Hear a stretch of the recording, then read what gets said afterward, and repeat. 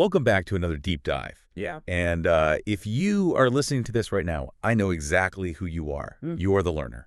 You're that person always looking to understand the world just a little bit better, searching for that specific insight that clicks everything into place. Right, that light bulb moment. Exactly. And today, we're going right to the absolute core of how humans interact. We're looking at a clinical architecture called the Sovereign Ground Framework. It was developed by Figs O'Sullivan. Yeah, and our source material today is this really comprehensive, definitive guide. It was originally designed for conflict resolution professionals. So we're talking therapists, mediators, high-stakes lawyers. Exactly. But the insights packed in here, I mean, they are vital for anyone who interacts with other human beings. Which is all of us. Well, assuming you don't live entirely off the grid in a cave somewhere. Fair point. And to pull you right in, I want you to think about this core mystery we have all witnessed, or maybe, even been a part of. Why is it that incredibly smart, highly rational people will suddenly act completely irrational the second a conflict starts? Oh, yeah? I am talking about launching a scorched earth, 11-month legal battle over a $40 toaster. It makes absolutely no sense on paper. Yeah, it really doesn't. But as we're going to see today, paper has nothing to do with it. So let's set the foundation here. What is the absolute bottom line of this entire framework? It all comes down to what the author calls the core theorem. And it's a simple, undeniable rule. You cannot apply a cognitive solution to a biological problem. A biological problem. Right. When you see that baffling behavior in the silent treatment, the irrational demands, the endless fighting over a kitchen appliance, you aren't looking at a character flaw or a communication error. You are looking at a human nervous system in pure survival mode. Yeah. And every conventional tool we usually try to use, logic, persuasion, pointing out legal consequences, or even those basic active listening skills. Which everyone tells you to use. Exactly. But those are all cognitive solutions. And when the nervous system is in survival mode, the person you are dealing with isn't fighting over assets or facts. They're fighting for their literal emotional survival. Okay, let's unpack this. Because what does it actually mean that a fight is biological rather than logical? Right. I think most of us usually view arguments as just a clash of ideas or opinions, right? We do, but that ignores our fundamental mammalian biology. The framework draws heavily on John Bowlby's attachment theory, which posits that love is an emotional bond, and we require that bond from the cradle to the grave. So it's not just a metaphor. Not at all. It's literal. If you didn't have a good enough other to care for you when you were born, you would have died. Right. Your biology knows this. We are wired for connection exactly the way we're wired for oxygen. So in any significant relationship, your nervous system is constantly running in the background, pinging the other person, asking two vital questions. Sure. Are you there for me? And am I enough for you? And when the answer to either of those questions feels like no, the house catches fire. Yes. And the biology of that fire is incredibly concrete. There's a literal, factual, 6-second delay in your brain. 6 seconds. Yeah. Your neocortex, the rational thinking, problem-solving part of your brain, is always 6 seconds behind your amygdala, which is your ancient survival brain. The amygdala fires instantly. Okay. It scans for a threat, and if it senses a threat to that attachment bond, it triggers fight, flight, or freeze before your rational brain is even aware that an event has occurred. So the prefrontal cortex just goes offline. Literally offline. You have absolutely no access to logic or consequence thinking until safety is restored. Wait, let me push back on that for a second. If my rational brain is literally offline for 6 seconds, does that mean I get a free pass to just yell at my spouse or storm out of a meeting? Like, sorry, my amygdala made me do it. I have no control. I hear that a lot. Sounds like a really convenient excuse for bad behavior. Right, and that is a crucial distinction to make. It is absolutely not a free pass. The initial reaction is biological and instantaneous. You can't stop the spike of adrenaline or the feeling of panic. But your responsibility is retroactive. Retroactive. Yes. The framework teaches that once you understand this biology, your job is to recognize when you're biologically flooded and take ownership of stepping away to regulate yourself, rather than acting out. The lack of control in the first few seconds doesn't excuse the damage you do in the next 10 minutes. That makes perfect sense. And it really reframes those wild, real-world examples from the source material, like the toaster story we teased earlier. Oh, the toaster. Yeah, there was a couple, married for 19 years, getting a divorce. They spent 11 months in intense litigation, racking up massive legal bills. I think it was like $10,000 in lawyer fees. fighting tooth and nail over a standard $40 toaster. Which is madness cognitively. Right. If you try to solve that cognitively, you just look at them and think, are you crazy? Just go to the store and buy another toaster. But again, you can't solve a biological panic with a cognitive solution. When the mediator finally got the wife to break down and talk about what was really going on, she revealed the truth. It wasn't about the toaster. No, her husband had bought that specific toaster for her on their first Christmas together, before the kids, before the resentment, before everything went wrong. She said it was the last time she felt like he truly saw her and cared for her. Wow. She wasn't fighting for a piece of metal and plastic. She was fighting for proof that she mattered. Right. Or consider another story from the framework that's even more subtle. The 1 cup of coffee. I love this one. Right. A husband wakes up, goes into the kitchen, and makes just 1 cup of coffee for himself. His wife watches this happen, and instantly her chest tightens. In her mind, the narrative spirals. It goes from, you didn't think to make me a cup, to, you never think about me, to, I don't matter to you, to, I'm entirely alone in this marriage. All from 1 cup of coffee. Exactly. The entire history of their relationship, all that built-up pain, is compressed into 60 seconds before breakfast. So the real takeaway for you, the listener, is that the content of the fight is almost always a red herring. The fight is never actually about the dishes or the legal settlement or the coffee. Never. It's always about safety. Okay. And trying to use rational problem solving during an attachment panic is like, it's like holding a bucket that says water out on the label, but it's actually full of gasoline. You think you're helping by offering logic, but you're just throwing fuel on a house fire. Which brings up a really important dynamic. If one person catches fire, how does that spread to the other person? All right, so if I panic and attack and my partner gets defensive and retreats, we're essentially stuck in a loop. How does the framework explain that spiral? The framework calls this the waltz of pain. It's a specific choreography that distressed people fall into. There's an external trigger, which leads to a panic response. The house is on fire. That panic leads to a protective action, like lashing out or shutting down. Okay. But here's the tragedy. Your protective action becomes the exact trigger for the other person's panic response. And round it goes.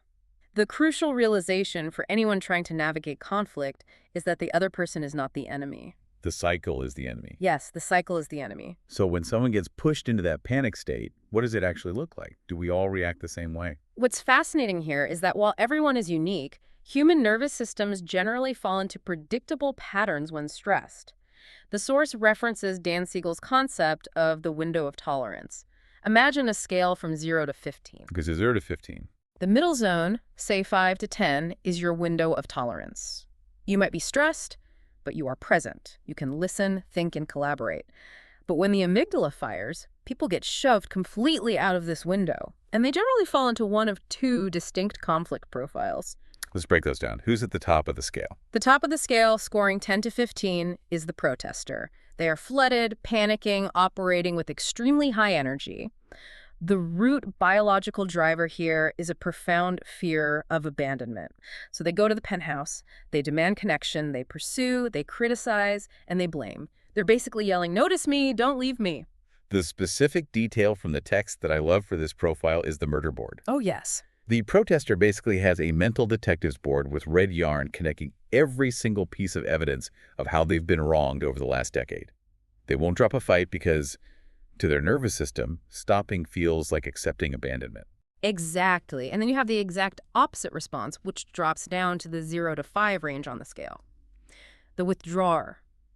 The root driver isn't fear of abandonment. It's a deep fear of disappointment, inadequacy, or shame. So they go the other way. Right. When they get triggered, they don't pursue. They shut down, they collapse, dissociate, rationalize, and retreat to the basement. I think the story of the disappearing client from the text illustrates this perfectly. Tell us about that one. This is a classic example for professionals. A lawyer had a client who was an entrepreneur. The client's business had failed, but the lawyer had actually negotiated a highly favorable settlement. A huge win. Huge win. It was sitting right there on the mahogany desk. All the client had to do was sign it, and he'd be free and clear. But he ghosted his attorney. He missed meetings, ignored phone calls, didn't reply to emails. The attorney was incredibly frustrated and assumed the guy was just arrogant or didn't care. But the attorney was completely misreading the biology. Completely. The client wasn't uncaring. He was drowning. His nervous system was so overwhelmed by the shame of his business failing that he was dissociating. Every single legal document, even the favorable ones, just looked like another piece of tangible evidence that he was a failure as a provider and a human being. So he retreated to the basement. The text also mentions a really tricky variation of this, called the hidden withdrawer. This is the person who is speaking in a perfectly calm, low voice, citing dates and times like a robot, and making you feel like you're the crazy one for being upset. Yes. Professionals look at them and think, great, a rational, competent person. But internally, their nervous system is totally short-circuiting.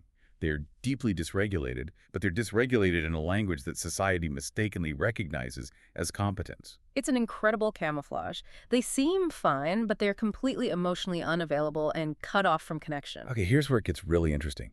Because now we know the biology, we know about the waltz of pain, and we know about the protester and withdrawer profiles, but how do we actually get out of it? The framework outlines a strict protocol. It's an order of operations that is completely non-negotiable. Non-negotiable. Completely. It goes in this exact order. Safety, then connection, then cognitive access, and only then problem solving. You cannot skip steps. If someone is dysregulated and you skip straight to problem solving, you are building what the author calls a time machine. A time machine. It means you are trying to operate in the present while the other person's nervous system is stuck in a traumatic past. You are trying to hand them a map while they are actively drowning. The author of the framework, Figs, actually shares a brilliant, humbling story about doing this himself. He calls it the kitchen fight. I love this story because it shows that even the guy who invented the framework messes it up. Oh, totally. He's in his kitchen with his partner, Teal. Yeah. They get into a heated argument. And Figs, in the heat of the moment, uses his massive intellect and all his clinical training to jump 30 minutes ahead and offer the absolute perfect, most logical solution to their argument. He's so proud of himself. And Teal looks at him and simply says, "Go to hell, Figs." It's so funny, but so telling. He skipped the connection. He offered a cognitive solution to a biological problem in his own kitchen.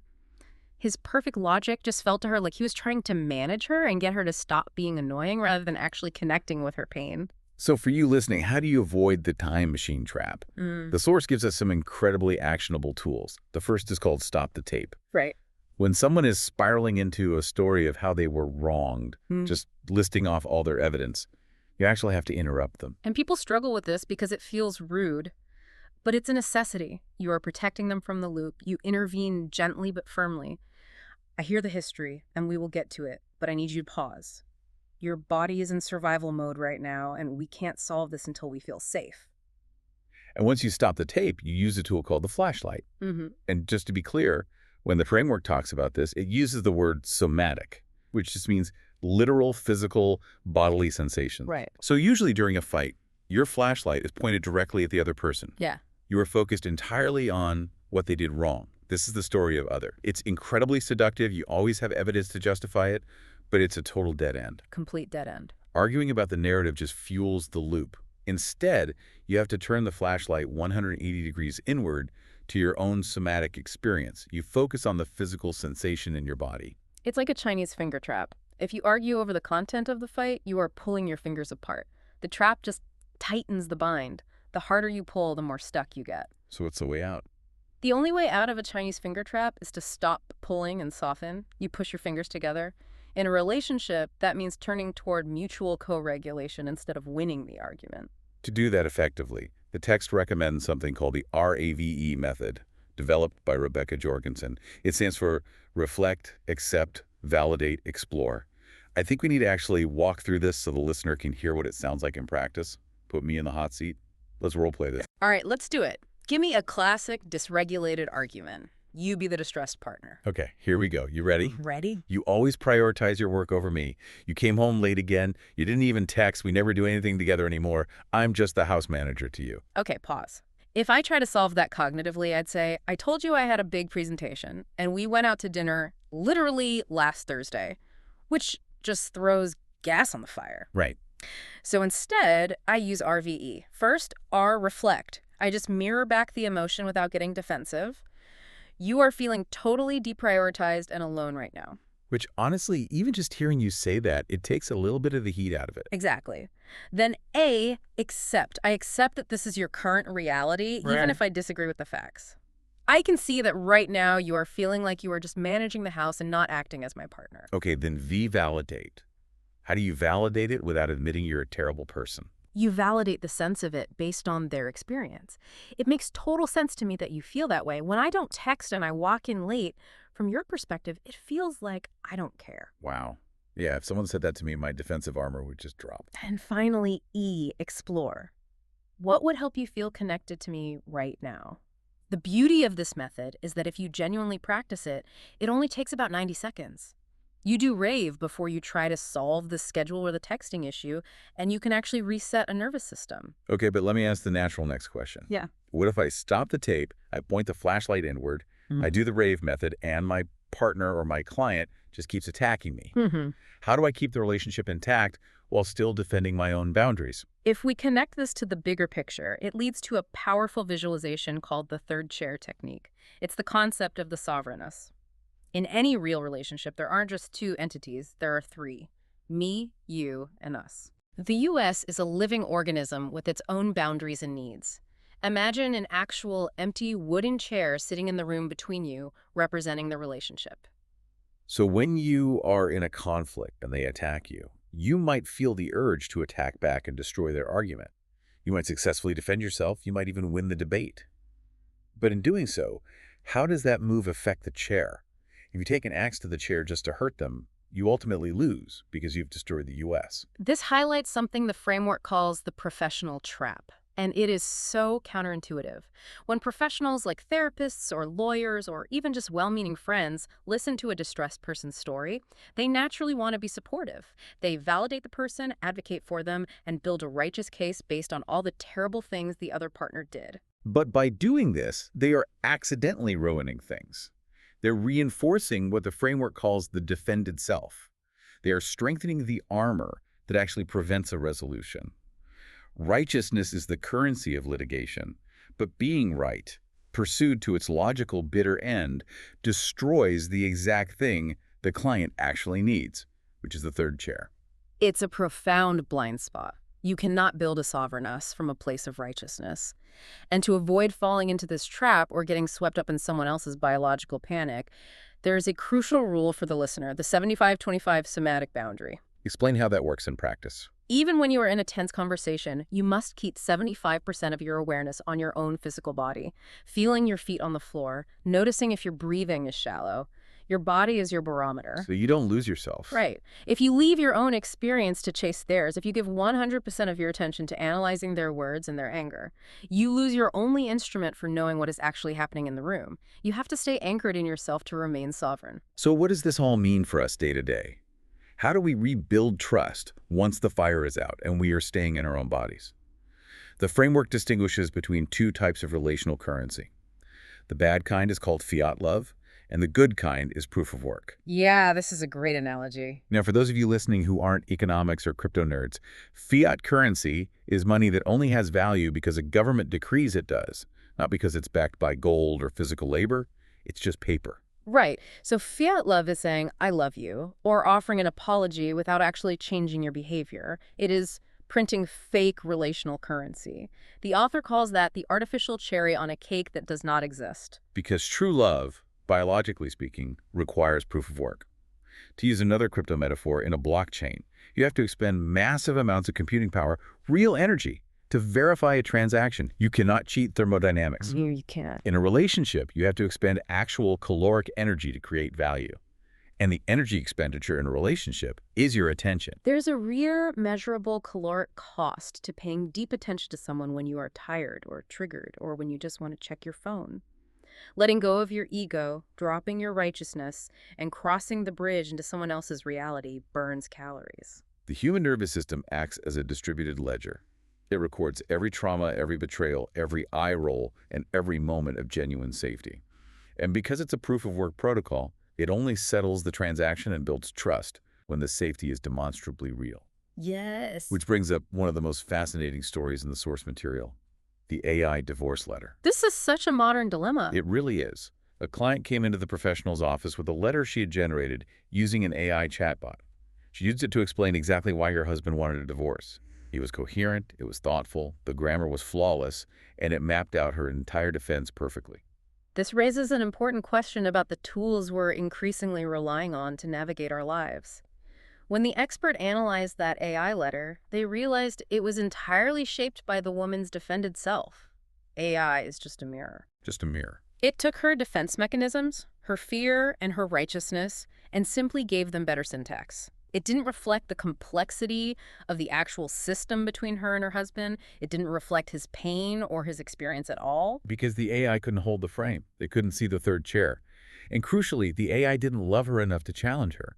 It just smoothed over her confirmation bias so cleanly that she didn't even feel it happening. Exactly. It proves that raw content skills, just generating words and arguments, are easily replaced.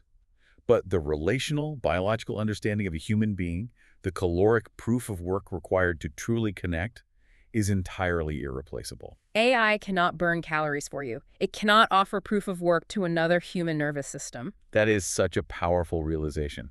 Okay, we have covered a massive amount of ground today. Let's do a quick, energetic recap for the learner. Remember the core theorem. You cannot solve a biological panic with a cognitive solution. Content is almost always a red herring. Watch out for that 6-second delay between your amygdala and your rational brain. Take responsibility for it. And if you find yourself in the waltz of pain, figure out if you're dealing with a protester's fear of abandonment or a withdrawer's fear of shame. Stop the tape, use the flashlight to look inward at your physical sensations, and focus on the third chair, the sovereign.